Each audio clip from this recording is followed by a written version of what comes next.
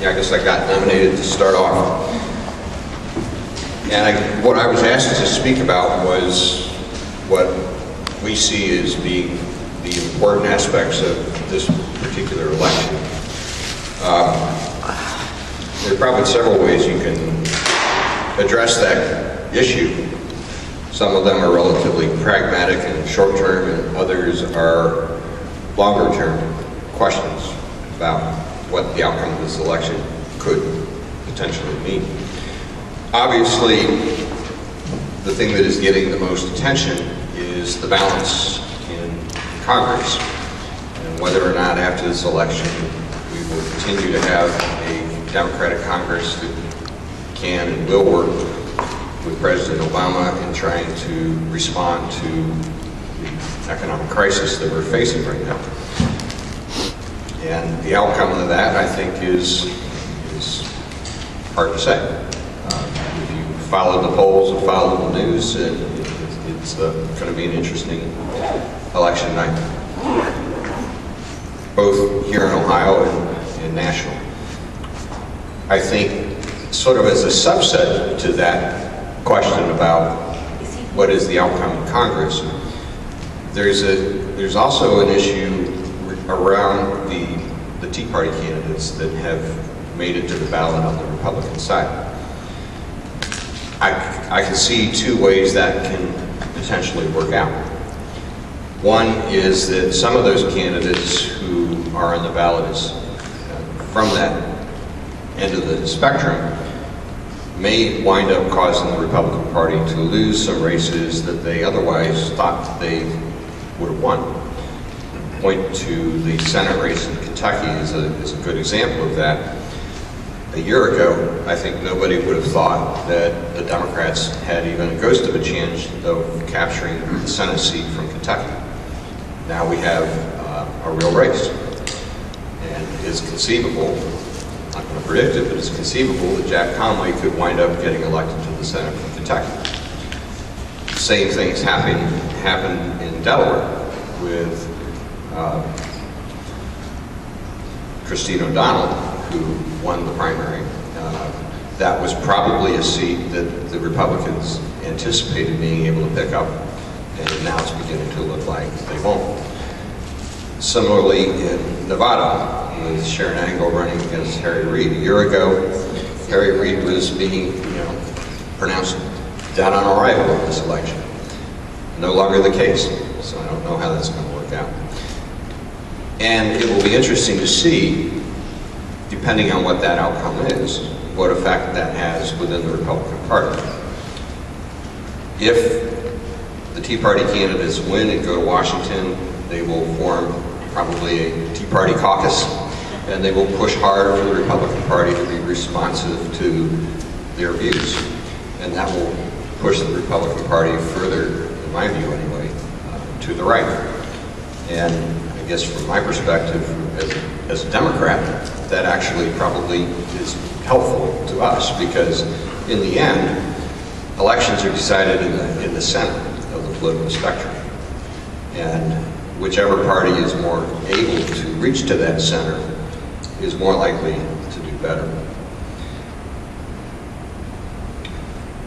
At the state level, here in Ohio, this is a particularly important election because of the fact that this is a census year. And the outcome of this election will determine who makes the decisions about how legislative district boundaries are drawn, both congressional boundaries and the state legislative boundaries. The map that we are currently working with in Ohio was drawn following the 2000 census at a time when the Republicans were able to control both houses of the legislature and basically all of the statewide offices. So they were in a position to make those decisions at that point. And I would point to the Ohio Senate as a perfect example of how that worked out. Ohio is a fairly balanced state in terms of Democrats and Republicans. It's fairly 50-50, goes back and forth a little bit. But the Ohio Senate has a 2-to-1 Republican majority.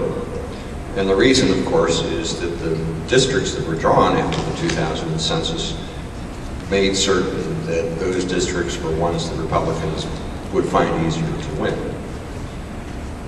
In this case, if the Democrats continue to control the House, the Ohio House I'm talking about, and the Republicans continue to control the Senate, which they will, we will wind up with both parties having a stake in the drawing of those congressional districts in Ohio. It's the state legislature that approves those.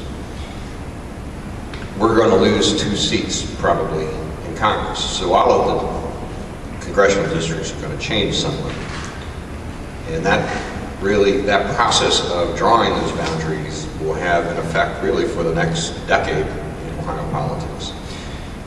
In the case of the state legislative districts, like the Senate districts, those are approved by something called the Apportionment Board. The Apportionment Board is made up of 1 representative from the House, 1 representative from the Senate, and those 2 have to be of opposite parties. And then the 3 remaining seats are the governor, the state auditor, and the Secretary of State. So it really comes down to those 3 statewide offices. Whichever party holds at least 2 of those 3 is in a position to influence the drawing of those state legislative boundaries. If Ted Strickland wins re-election as governor, and either David Pepper wins as auditor or Mary Ellen O'Shaughnessy wins as Secretary of State, the Democrats would be in the position to do that. If we lose 2 of those seats, then it would be the Republicans who would be once again in the position to control how boundaries are drawn in Ohio. I think it's interesting, by the way, that one of the things David Pepper has campaigned on is arguing that this practice that both parties have had of drawing those boundaries in a way that heavily favor them in the long run is not good for any of us. And he has taken the position that if he is the auditor and is a participant in the process, then he will argue vigorously for drawing fair boundaries that make for competitive elections. And I personally think that's an admirable position in this party. In the longer term,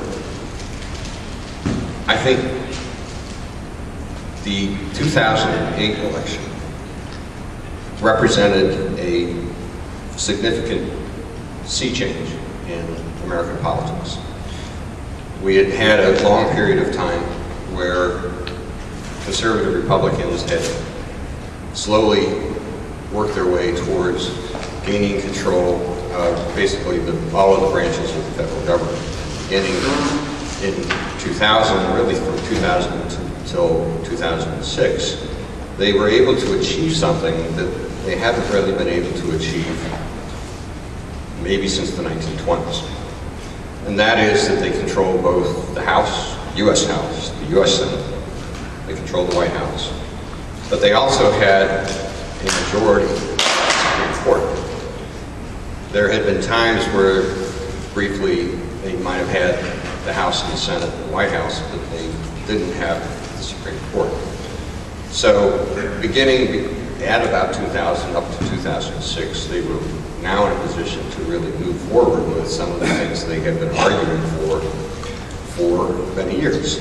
And we all know kind of the mantra that they preach, which is that what we should be doing is cutting taxes and cutting regulations. That will cause economic growth to occur and we'll all be better off for it. I think you can argue